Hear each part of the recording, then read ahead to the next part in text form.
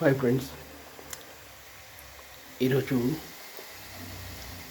నిప్పట్లు తయారు చేసే విధం గురించి మనం తెలుసుకుందాం. ఆహా, ఏం రుచి! మా ఇంటి వంటకి స్వాగతం. నిప్పట్లు తయారు చేసే విధానంలో తగినంత బియ్యం పిండి తీసుకోవాలి. గ్రైండ్ చేసిన కొంచెం మిర్చి తీసుకోవాలి. జీలకర్ర, ఉప్పు, కరివేపాకు, బట్టర్, వేడి నీళ్ళు తగు మోతాదులో తీసుకోవాలి.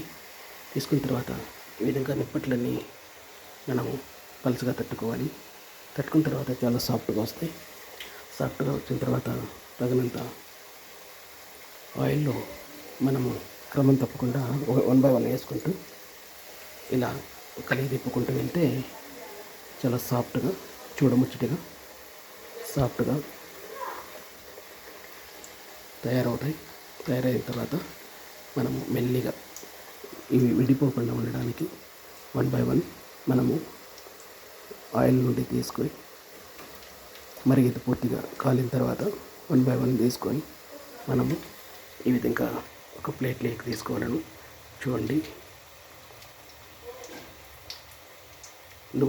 నువ్వులు కూడా ఇందులో మనం మిక్స్ చేసాం కాబట్టి ఎంత చూడముచ్చటగా నువ్వులతో కూడుకున్న నిప్పట్లు సాఫ్ట్గా, సో బ్యూటిఫుల్గా. ఆహా,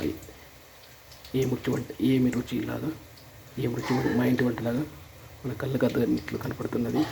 కనుక ఇటువంటి వంటను మనము స్వచ్ఛంగా తయారు చేసుకుంటే మనకు ఆరోగ్యకరంగా ఉంటుంది.